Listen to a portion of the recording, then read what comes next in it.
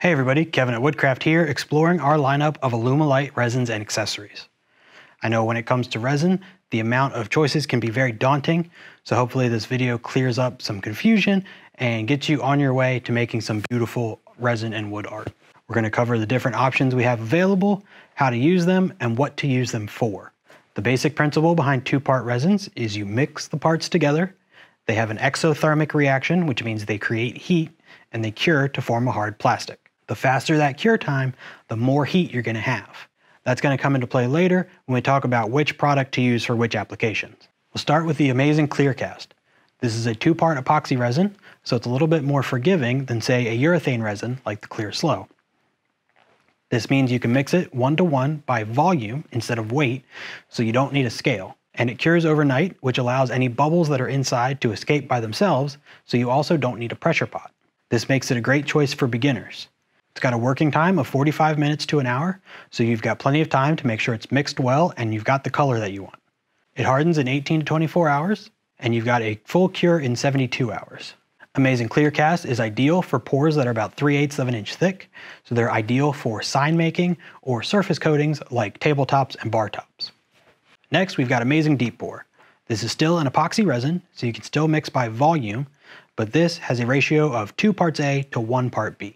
Amazing Deep Pour is designed to cure over days rather than hours, causing less heat buildup and allowing for deeper pours up to 2 inches thick. With a working time of 60 to 90 minutes, you've got plenty of time to make sure the design in your river table is perfect. This hardens in 24 to 72 hours with a full cure in 5 to 7 days.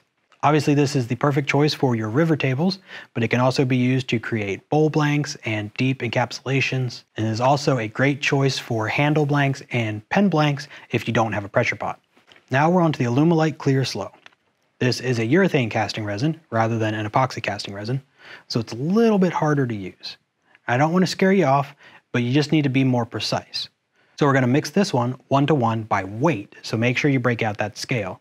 And it doesn't like moisture, so if you're putting anything in your resin blank, like some burl or wood or something, you want to make sure that it's bone dry.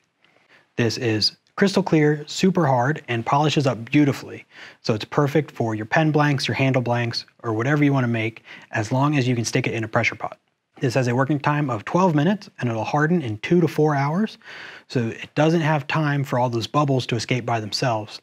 You need to stick it in a pressure pot and crush those bubbles down so you never see them again.